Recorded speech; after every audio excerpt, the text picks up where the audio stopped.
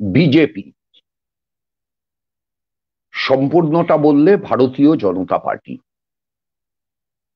ভারতীয় হওয়ার প্রথম শর্ত ভারতবর্ষের ঐতিহ্যকে অনুসরণ করা। ভারতবর্ষের ঐতিহ্য পরমত সহিষ্ণুতা। ভারতবর্ষের ঐতিহ্য জিজ্ঞাসা, প্রশ্ন করা। বেদের যুগে চার্বাকপন্থীরা প্রশ্ন করেছিলেন, উপনিষদের যুগে, পুরাণের যুগে প্রশ্নবাণ উচ্চারিত হয়েছিল, কখনো শম্ভুকের কণ্ঠে, কখনো একলব্যের কণ্ঠে। প্রশ্ন, আবার প্রশ্ন, আবার প্রশ্ন। ভারতবর্ষের চিরায়ত ঐতিহ্য। বিজেপি এসব মানেন না। তাদের একটাই স্লোগান, হিন্দি, হিন্দু, হিন্দুস্তান। তারা হিন্দু রাষ্ট্র গঠন করতে চান। এখন থেকে ৯৫ বছর আগে নাগপুরের চিৎপাবন জঙ্গলে কেশব বলিরাম হেডগেওয়ার ১০০ জন উচ্চবর্ণের ব্রাহ্মণকে নিয়ে আরএসএস সংগঠন তৈরি করেছিলেন। এই আরএসএসটাই আসল মুখ, বিজেপি তার তৃতীয় মুখোশ। প্রথম মুখোশ ছিল হিন্দু মহাসভা, দ্বিতীয় মুখোশ ভারতীয় জনসংঘ, তৃতীয় মুখোশ ভারতীয় জনতা পার্টি। ভারতীয় ওরা না, ভারতীয়ত্বের তত্ত্বে ওরা বিশ্বাসী না। ভারতবর্ষ বহু জাতিক, বহু ভাষিক, বহু ধার্মিক দেশ। বৈচিত্র্যের মধ্যে ঐক্য ভারতবর্ষের সম্পদ, বৈচিত্র্যের সাথে ঐক্য ভারতবর্ষের অগ্রসর মানতার প্রেরণা। ভারতবর্ষ একই সঙ্গে দক্ষিণ ভারতীয়, উত্তর ভারতীয়, পশ্চিম ভারতীয়, পূর্ব ভারতীয় মনীষীর আরাধনা করেছেন, তাদের জন্য গর্বিত হয়েছেন। বিজেপি তা না। দ্বিতীয়ত, ভারতীয় জনতা। বিজেপি ভারতীয় জনতার প্রতিনিধিত্ব করি না। আপাত দৃষ্টিতে মনে হতে পারে এই মুহূর্তে বিজেপি সবচাইতে শক্তিশালী, কিন্তু আপনি যদি বিধানসভার আসন হিসেব করেন তাহলে দেশের মোট বিধানসভা আসনের 1/3 বিজেপির দখলে নেই। সরকার বিজেপির অনেক রাজ্যে আছে, কথা ঠিক, কিন্তু 1/3 বিধানসভার আসন নেই। যে সংস্কৃতিতে ওরা একটার পর একটা রাজ্যে ক্ষমতা দখল করেছেন, সেই সংস্কৃতিটাও ভারতবর্ষের রাজনৈতিক সংস্কৃতি না, ভারতবর্ষের রাজনৈতিক সংস্কৃতির বিরোধী সংস্কৃতি। তৃতীয়ত, পার্টি। পার্টি হতে গেলে তার একটা মতাদর্শ লাগে। আরএসএস এর মতাদর্শ ছাড়া বিজেপির মতাদর্শ কি? আর আরএসএস এর মতাদর্শ আমি আগেই বলেছি। ওরা দাবি করে ওরা হিন্দুদের দল, কিন্তু সত্যিই কি ওরা হিন্দুদের দল? জনসংখ্যার বিচারে ভারতবর্ষের একক রাজ্য হিসাবে সবচাইতে বেশি হিন্দু জনতার বাসভূমি মধ্যপ্রদেশে। ১০০ জনের ভিতর ৯৮.৩ জন হিন্দু। দিল্লিতে বিজেপির সরকার, মধ্যপ্রদেশে বিজেপির সরকার। শিবরাজ সিং চৌহান মুখ্যমন্ত্রী। কেন মধ্যপ্রদেশ গরিবের বিচারে ভারতবর্ষের শেষ 5টা রাজ্যের একটা? কেন মধ্যপ্রদেশ পরিশ্রুত পানীয় জল পাওয়ার হিসেবে ভারতবর্ষের শেষ 3টে রাজ্যের একটা? কেন মধ্যপ্রদেশ আধুনিক মানের শৌচাগার ব্যবহারের বিচারে ভারতবর্ষের শেষ 2টো রাজ্যের একটা? কেন মধ্যপ্রদেশে 18 থেকে 35 বছর বয়সের ছেলে মেয়েদের সিংহভাগ বেকারিত্বের জ্বালায় ভুগছে? ওরা যদি সত্যি হিন্দুর ভালো চায় তাহলে মধ্যপ্রদেশ তো ওদের হিন্দুর ভালো করবার আদর্শতম জায়গা। সেখানে মুখ্যমন্ত্রী শিবরাজ সিং চৌহান ঘোষণা করলেন তিনি একটা কাউ ক্যাবিনেট, গরু মন্ত্রিসভা গঠন করবেন। কি হবে সে মন্ত্রিসভার কাজ? না গোরক্ষার উপকারিতা মানুষকে বোঝানো এবং গোরক্ষা সম্পর্কে সরকার অর্থ ব্যয় করবেন। এইটা ভারতীয় সংস্কৃতির অনুসারী কাজ না। সুতরাং বিজেপি আসলে বিজেপি না, বিজেপি আসলে আরএসএস। এবার আরএসএস কি? রাষ্ট্রীয় স্বয়ংসেবক সংঘ, যেদিন জন্মেছিল সেদিন থেকেই সে ব্রাহ্মণ্যবাদের প্রতিনিধিত্ব করে। 95 বছরে আরএসএস এর সর্বোচ্চ পদে কোনো অব্রাহ্মণ কখনো প্রতিষ্ঠিত হতে পারেননি। আরএসএস এর সংবিধান, আরএসএস এর ধর্মগ্রন্থ রামায়ণ না, মহাভারত না, বেদও না, পুরাণও না, উপনিষদও না, গীতাও না। আরএসএস এর ধর্মগ্রন্থ মনু সংহিতা। সেই মনু যিনি বলেছিলেন ব্রহ্মা তার মুখ থেকে জন্ম দিয়েছেন ব্রাহ্মণের, বাহু থেকে ক্ষত্রিয়ের, উরু থেকে বৈশ্যের এবং প্রায়ের পাতা থেকে শূদ্রের।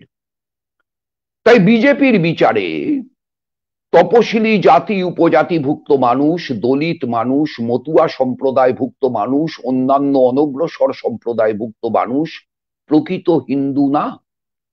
কেশব বলিরাম হেডগেওয়ারের পরে দ্বিতীয় সরসংঘচালক হয়েছিলেন গোলওয়ালকার। তার বাঞ্চ অফ থটস আরো বিভিন্ন গ্রন্থ আছে।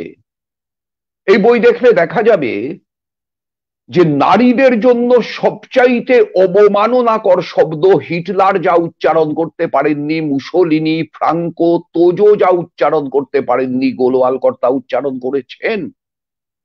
তা হচ্ছে তিনি পরিষ্কার বলছেন শূদ্র রমণীর প্রথম সন্তান ব্রাহ্মণের ঔরসজাত হওয়া উচিত। ভারত তো এর বিরুদ্ধেই লড়েছেন। হিন্দু ধর্মের বিরুদ্ধে, ব্রাহ্মণ্যবাদের আধিপত্যের বিরুদ্ধে বিদ্রোহ করে বুদ্ধদেব বৌদ্ধ ধর্মের জন্ম দিয়েছেন। ব্রাহ্মণ্যবাদের আধিপত্যবাদের বিরুদ্ধে বিদ্রোহ করে মহাবীর জৈন ধর্মের জন্ম দিয়েছেন। ব্রাহ্মণ্যবাদের বিরোধিতা করে শ্রী চৈতন্যদেব যবন হরিদাসকে সাথে নিয়ে পৃথিবীর প্রথম মিছিল নগর সংকীর্তন সংগঠিত করেছেন। উগ্র হিন্দুত্বের দ্বারা শ্রী চৈতন্যদেব খুন হয়ে গিয়েছিলেন পুরীতে। আজকে ঐতিহাসিক সত্য। ব্রাহ্মণ্যবাদের বিরুদ্ধে লড়াই করেই রাজা রামমোহন রায় এদেশ থেকে প্রথম বিলাতে পা রাখা মানুষ। তিনি সতীদাহ প্রথা নিবারণ করবার জন্য আইন করিয়েছিলেন।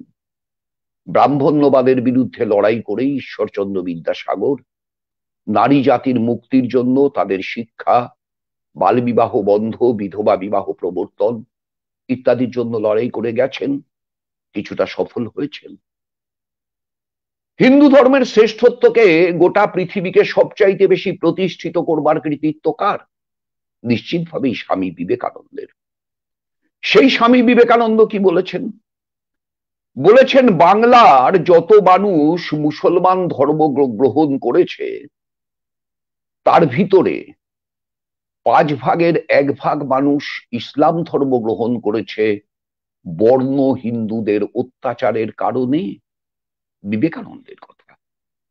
বিবেকানন্দ বলেছেন নতুন ভারত বেরুক, বেরুক চাষার কুটির ভেদ করে, ভুনাওয়ালার উনুনের পাশ থেকে, মুচি, মেথর, কামার, জোলোর ঘর থেকে। অর্থাৎ নিম্নবর্ণের মানুষকে বিবেকানন্দ সামনে তুলে আনতে চাইছেন। আর ভারতীয় জনতা পার্টি দলিত বংশজাতা মহিলা, যুবতী, তরুণী মনীষা বাল্মীকি যখন 3 জন উচ্চবর্ণের ব্রাহ্মণ দ্বারা ধর্ষিতা এবং খুন হন, মুখ্যমন্ত্রী আনন্দের হাসি হাসেন, চুপ করে থাকেন। গতকালও 50 একজন মহিলার যৌনাঙ্গের রড ঠুকিয়ে গণধর্ষণের পর তাকে খুন করা হয়েছে। তিনিও দলিত। করেছে কে? পুরোহিত। বিজেপি কাদের পার্টি? পুরোহিতদের পার্টি। এই যে পুরোহিত, সব পুরোহিত খারাপ এটা নয়।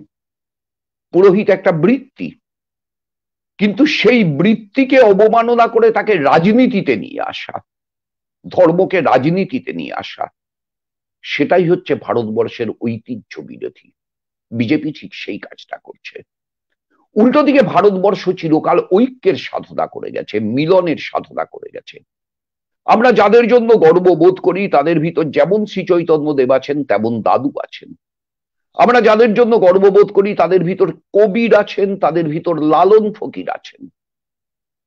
আমাদের ঐতিহ্যের সঙ্গে মিশে আছেন যে মানুষেরা, সেই মানুষের চেতনার শীর্ষে যিনি অবস্থান করছেন তার নাম রবীন্দ্রনাথ ঠাকুর। নেতাজি সুভাষচন্দ্র বসু জন্মদিন আসন্ন। তিনি বলেছেন হিন্দু মহাসভা ধর্মের নাম করে একদলকে ভোট ভিক্ষায় পাঠিয়েছে, এদেরকে তাড়িয়ে দিতে হবে। নেতাজির উপর আক্রমণ করেছে হিন্দু মহাসভা, নেতাজির বাহিনী পাল্টা আক্রমণ করেছে হিন্দু মহাসভাকে। আজকের বিজেপি এসব ইতিহাস ভুলিয়ে দিতে চায়। তারা বাংলাকে দখল করতে চায়, বাংলাকে হিন্দি সাম্রাজ্যবাদের একটা উপনিবেশ তৈরি করবে বলে বাঙালি মানবেন? আমাদের চেতনার শীর্ষে অবস্থানকারী রবীন্দ্রনাথ ঠাকুর, তিনি যে চেয়ারটায় বসেছিলেন উত্তরায়ণের, তার মৃত্যুর পরে 8 দশকে সেই চেয়ারে কেউ বসেনি। অমিত শাহ এসে বসলেন। বাঙালি জাতির মেরুদণ্ড দৃঢ় আছে, দৃঢ় থাকবে। আমরা বামপন্থীরা সেই দৃঢ় মেরুদণ্ডের উত্তরাধিকার হতে চাই। বিজেপিকে বাংলার মাটিতে কোনো ঠাঁই আমরা দিতে চাই না। তৃণমূল কংগ্রেস হেরে বসে আছে, তৃণমূল কংগ্রেস হেরে গেছে। ভয়ঙ্কর ভাঙনে বিপর্যস্ত তৃণমূল কংগ্রেস। তৃণমূল কংগ্রেসের এখন এমন 3 জন নেতার নাম কেউ বলতে পারবেন না যে 3 জন বিশ্বাস করে বাকি 2 জন তৃণমূল কংগ্রেসে থাকবেন। তৃণমূল কংগ্রেস হেরে গেছে। যে মানুষ 2019 সালে তৃণমূল কংগ্রেসকে হারাবেন বলে বিজেপিকে ভোট দিয়েছিলেন, আজকে সেই মানুষ দেখছেন ফুল বদলালেও মুখ বদলাচ্ছে না। তৃণমূল কংগ্রেসের যাদের উপর রাগে তিনি বিজেপিকে ভোট দিয়েছিলেন, তারা আজকে বিজেপির ফুল দিয়ে সামনে চলে এসেছে। বেহালা পূর্বে যদি আবার শোভন চট্টোপাধ্যায় প্রার্থী হন, তাহলে কি স্লোগান দেবে বিজেপি? তৃণমূল কংগ্রেসে থেকে নারদার টাকা নেওয়া শোভন চক্রবর্তীর বিরুদ্ধে বিজেপি প্রার্থী শোভন চ্যাটার্জিকে ভোট দিন, এটা হবে বিজেপির স্লোগান। কি স্লোগান হবে তৃণমূলের? নারদার চোর বিজেপিতে আশ্রয় নেওয়া শোভন চ্যাটার্জির বিরুদ্ধে ভোট দিন।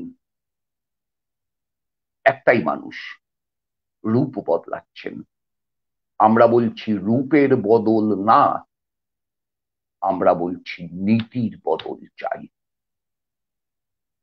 সিপিআইএম, বামফ্রন্ট, জাতীয় কংগ্রেস, ধর্মনিরপেক্ষ শক্তি, নীতির বদল। কাজ, শিক্ষা, স্বাস্থ্য, বাসস্থান, চিকিৎসা, কর্মসংস্থান, পরিকাঠামোর উন্নয়ন, শিল্পায়ন আমাদের কর্মসূচি।